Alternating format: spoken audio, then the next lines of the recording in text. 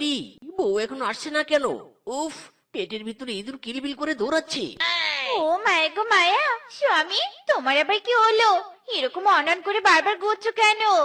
ইরি মাইরি, বউ এতক্ষণে তোমার আসার সময় হলো। আর এদিকে কি? এদিকে তোমার পেটে ইঁদুর দৌড়াচ্ছে? বউ জানোই যখন, আমাকে খেতে দাও। আমি আর খিদে নিয়ে থাকতে পারছি না তো। কি রে মিচকে শেফা, কি এত কথা বলছিস তোরা? ইরি মাইরি, পায়েস! রেশমা মাসি, নিশ্চয়ই তুমি আমার জন্য পায়েস এনেছো, তাই না?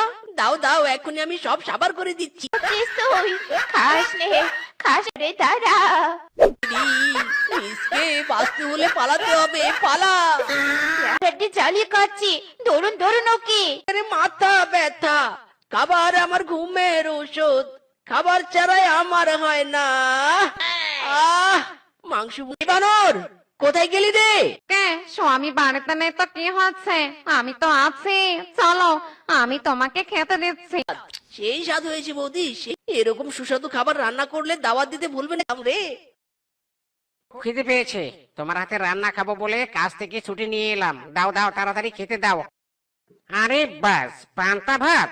বউ, তুমি কি আমার সাথে মস্করা করিস? কে হারামজাদি, 1 বছর পর মাংস তুই মিসকে কে খাইয়েছিস? কি আর আমি মেজকে মাংস খাইয়েছি?